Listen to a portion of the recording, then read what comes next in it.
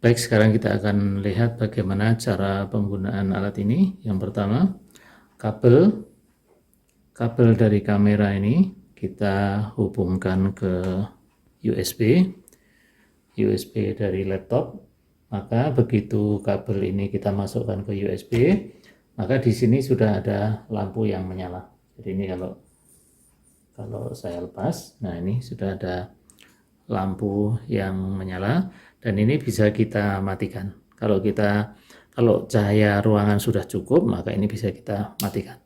Nah, dan kalau kita perlu cahaya, ini bisa kita nyalakan, ya. Jadi ini otomatis. Baik, kita nyalakan lampunya, kemudian kita pasang lagi.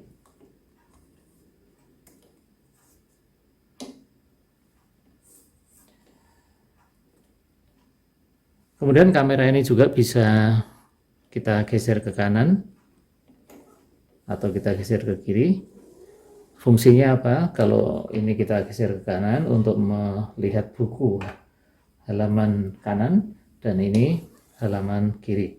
Jadi misalnya di sini kita taruh buku, ya, maka ini untuk membaca halaman sebelah kiri, ini untuk membaca halaman sebelah kanan. Ya, begitu caranya. Nah, kita akan coba lihat di sini. Nah, kalau misalnya ini tengah, ya kita taruh di tengah saja. Nah, setelah terhubung dengan laptop, maka kita bisa pakai aplikasi dalam laptop yang sudah ada di laptop, yaitu aplikasi kamera. Kita bisa klik di sini. Nah, di sini kita pakai aplikasi kamera. Kita pakai aplikasi kamera. Kita aktifkan kamera. Nah, ini kamera otomatis masih memfungsikan kamera yang dari laptop, ya. Jadi gambar yang ada di laptop adalah kamera di laptop.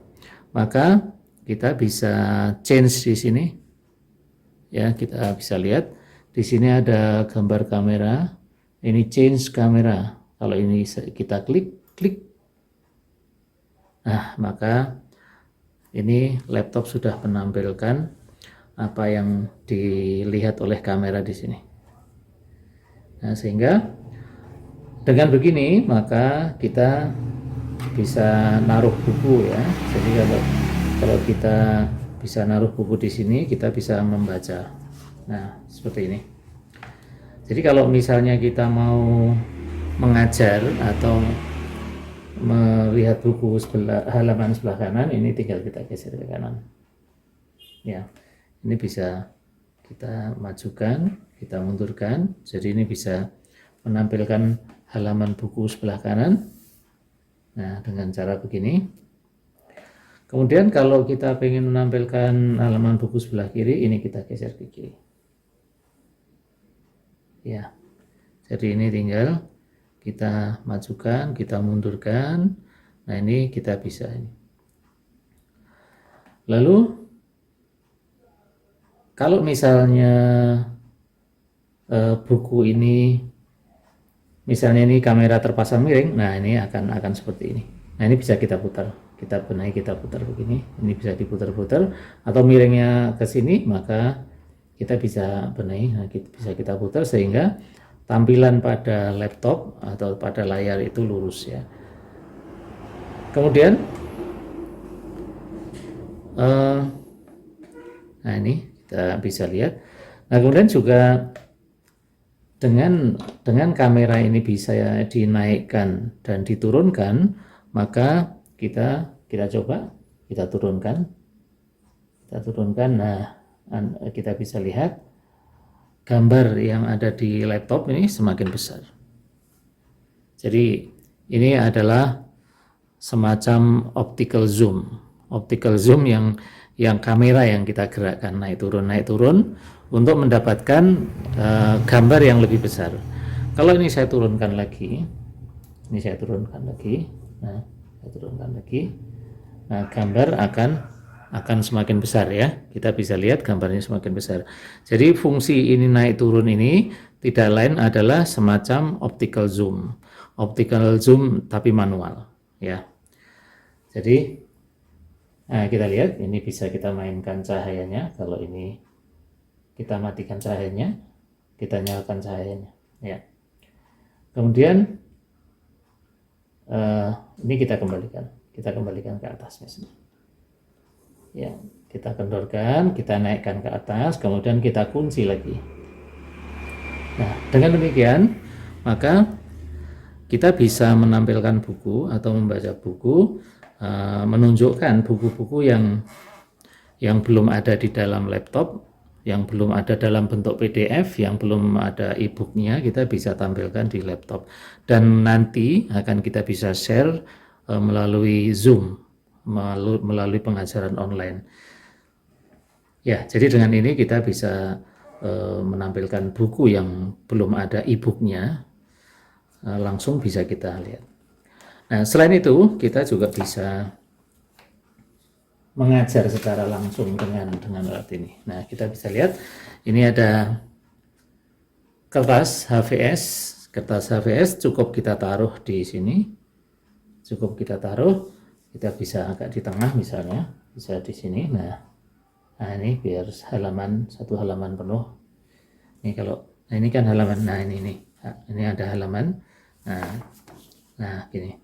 Nah, dengan cara begini maka kita bisa mengajar dengan bebas. Misalnya kita akan menjelaskan apakah itu matematika, apakah fisika, dengan menurunkan rumus, maka kita bisa menulis di sini. Kita bisa peragakan misalnya 1 ditambah 1 sama dengan 2. Nah, maka kita bisa mengikuti itu, kita bisa menulis langsung ya, kita bisa menulis langsung dan siswa bisa mengikuti. Vektor A ditambah vektor B sama dengan vektor C, atau dalam bentuk gambar misalnya ini vektor A ya, kemudian ini vektor B, lalu kita dapatkan vektor C. Atau seorang guru fisika mau menggambarkan gaya-gaya yang ada pada bidang miring misalnya. Nah, ini bisa sangat mudah sekali menjelaskan. Ini bidang datarnya, ini bidang miringnya, ini sudutnya, kemudian bendanya ada di sini. Kemudian ini ada gaya berat, ada gaya normal, ada penguraian gayanya, dan seterusnya. Maka ini kita bisa jelaskan dengan runut, dan siswa atau murid atau mahasiswa ini bisa melihat dengan jelas apa yang kita jelaskan.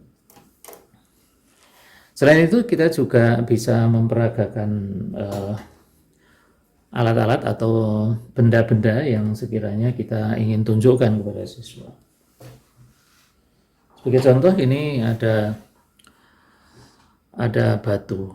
Nah, kita bisa amati misalnya ini permukaan batu ini seperti apa, kita bisa taruh di sini. Ya, kita bisa tunjukkan sini. Nah, ini permukaannya. Jadi kalau kita dekatkan, kita jauhkan, maka kita bisa mendapatkan. Kalau kita dekatkan semakin besar, kita jauhkan semakin kecil, tapi tetap ada batasnya ya. Ada batasnya, kalau terlalu dekat akan blur juga. Nah, begini. Nah, dengan demikian kita bisa menunjukkan benda-benda yang perlu kita sampaikan pada siswa. Sebagai contoh misalnya belalang atau kupu-kupu atau lalat atau nyamuk atau serangga yang lain, atau misalnya kita ingin mengamati daun paku misalnya, kita bisa tunjukkan di sini.